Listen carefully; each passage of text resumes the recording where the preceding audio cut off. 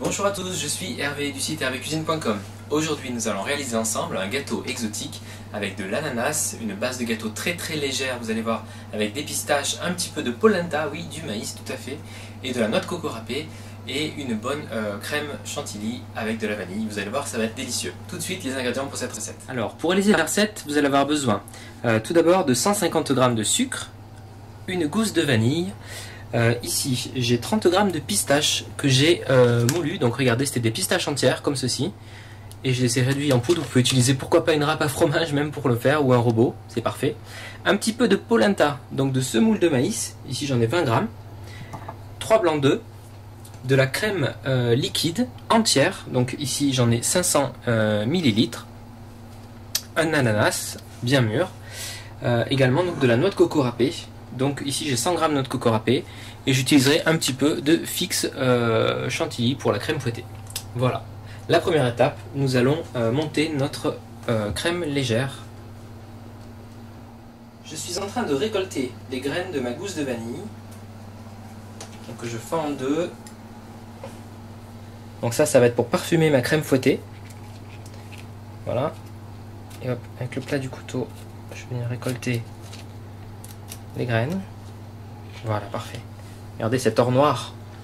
Ok, mélangez ça avec votre crème liquide entière. Alors, crème liquide entière à 30% de matière grasse, bien froide, au frigo avant de l'utiliser, et également donc votre plat si possible au frigo avant d'utiliser. Il faut que ce soit bien froid, comme ça elle sera bien ferme.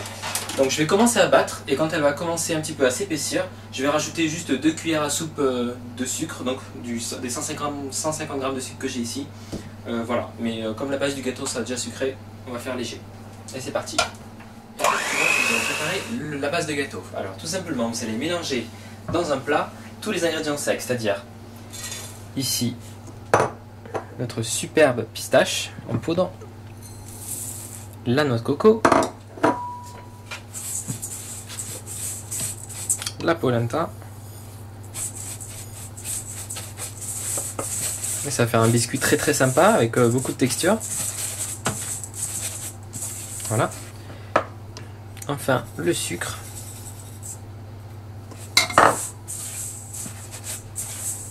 Voilà, et tout simplement nous allons monter nos blancs en neige bien fermes et les rajouter à ce mélange. Donc c'est parti. Hop. Je bats les blancs en neige et on se retrouve tout de suite.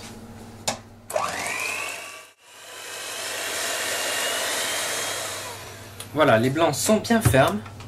Donc je vais les rajouter progressivement à ma préparation. Voilà, donc on commence tranquillement une petite cuillère.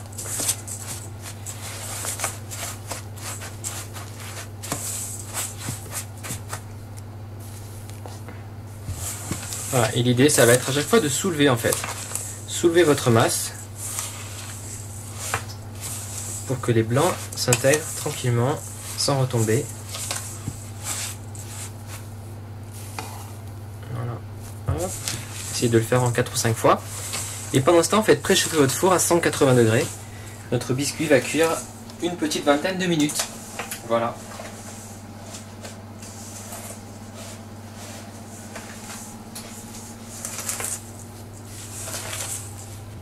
Voilà, je vais utiliser un moule à fond amovible, un moule à tarte. J'ai mis un peu de papier sulfurisé au fond. Et j'étale ma base de biscuit. Bien de partout, voilà. Faites quelque chose d'assez homogène.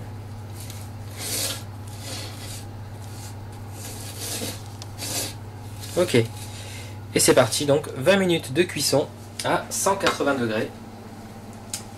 Et on va s'occuper de notre ananas.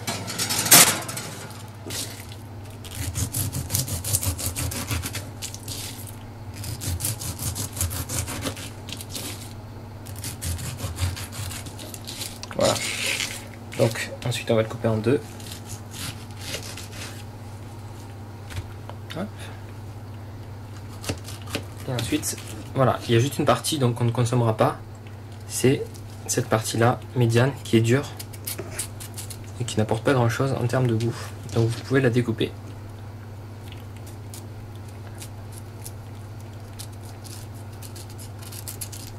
Voilà. Et ensuite, on va découper donc nous pour notre recette des petits cubes.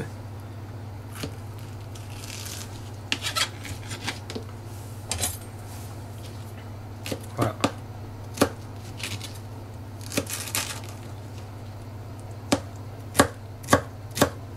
Que vous mettez de côté donc dans une assiette pour tout à l'heure. Réalisons à présent le montage de notre gâteau tropical.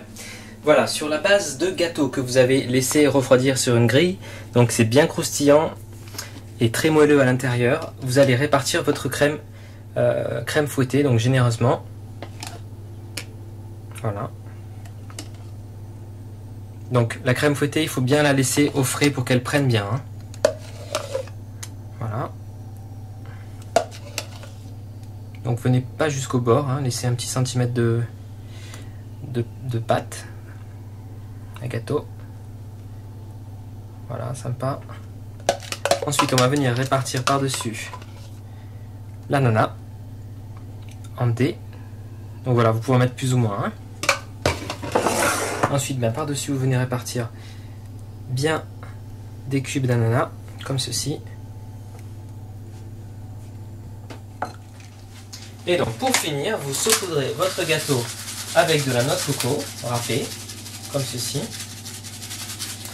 Voilà, ici je vais venir moudre un petit peu de pistache pour donner une jolie couleur de vert. Voilà, c'est superbe. Ça fait une très très belle finition. Et vous pouvez imaginer des variantes. Pourquoi pas par exemple mettre un petit peu de fruit de la passion pour donner encore plus de couleur. Voilà, une belle gousse de vanille en travers de mon gâteau.